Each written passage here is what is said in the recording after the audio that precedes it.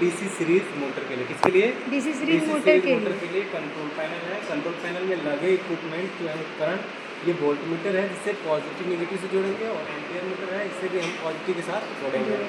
ये फ्यूज़ है, main supply AC आने के लिए, इसका इंडिकेटर है एसी सप्लाई आ रही है नहीं आ रही है, और ये एमसीबी है जिससे हम क्या करेंगे, ऑन करेंगे तो मेन सप्लाई पैनल के अंदर आएगा, और पैनल के जो कनेक्टिंग है वो हम कनेक्ट करेंगे, ये वाला पॉइंट है, इस पॉइंट को हम इस सॉकेट से कनेक्ट करेंगे तो इस पैनल में क्या आएगी, सप्लाई आएगी। ठीक है, तो चलिए ध्यान देते हैं अभी हम यहाँ पे और कनेक्शन करते हैं। कैसे करते हैं, तो सबसे पहले फेज़ को हम किसके साथ कनेक्ट कर दिए, फेज़ को रेक्टिफायर के एक इनपुट सिरा पे कनेक्ट किए, और दूसरा फिर न्यूट्रल वाले पॉइंट को रेक्टिफायर के दूसरे पॉइंट पे कनेक्ट किया। ठीक है, तीसरे में थर्ड पॉइंट में हमें क्या करना है, तो इसके जो आउटपुट यहाँ पे आ रहे हैं ये पॉजिटिव, ये क्या है, यहाँ पॉजिटिव आया रेक्टिफायर का, ये आप पॉजिटिव सिरा को हम किसको जोड़ दिए, डीसी वोल्ट मीटर के साथ में, और वोल्ट मीटर से ही हम एक सिरा ले लेंगे और लेके कहाँ जोड़ देंगे, एम्पियर मीटर के एक सिरे पे, एम्पियर मीटर के एक सिरे पे जोड़ दिया।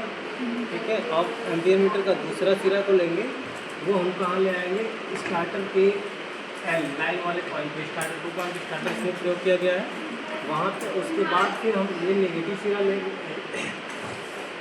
एक नेगेटिव सिरा लेंगे और वोल्ट मीटर के नेगेटिव सिरा से कनेक्ट कर देंगे। ठीक है, अब हमारे पास जो बचा वायर है यहाँ से जो है आर्मेचर एक पॉइंट जो है आर्मेचर के एक सिरे के साथ कनेक्ट कर देंगे हम। ठीक है, और जहाँ से न्यूट्रल वाला पॉइंट को लेके हम कहाँ जोड़ देंगे, फील्ड के साथ जोड़ देंगे। ठीक है, अब हमारे पास दो सिरे बच जाएंगे, एक ए और एक फील्ड का सिरा, उसे हम क्या जोड़ेंगे, इस मोटर के साथ जोड़ेंगे। तो मोटर के साथ जोड़ने के लिए तो बड़े वायर की आवश्यकता होगी, एक बड़ा वाला वायर ले लेते हैं, ये वाला।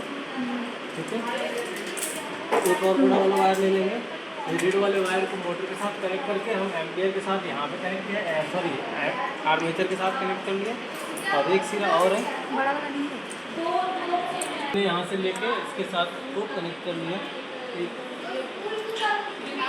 छोटा पड़ रहा वायर तो उसको बड़ा करके हम इसके साथ कनेक्ट कर लिया, इसके फील्ड वायर।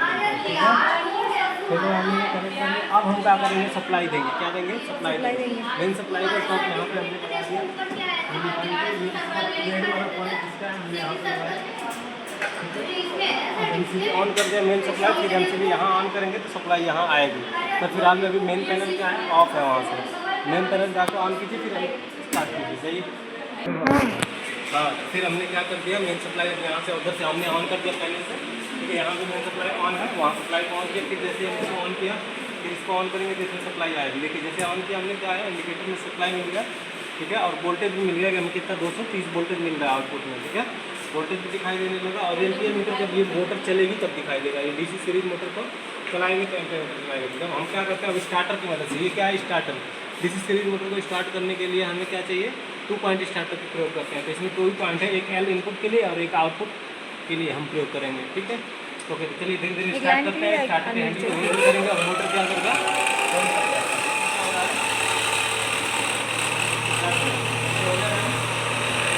यहाँ पर एम्पियर 1.2 एम्पियर मोटर क्या कर रही है, करंट ले रही है।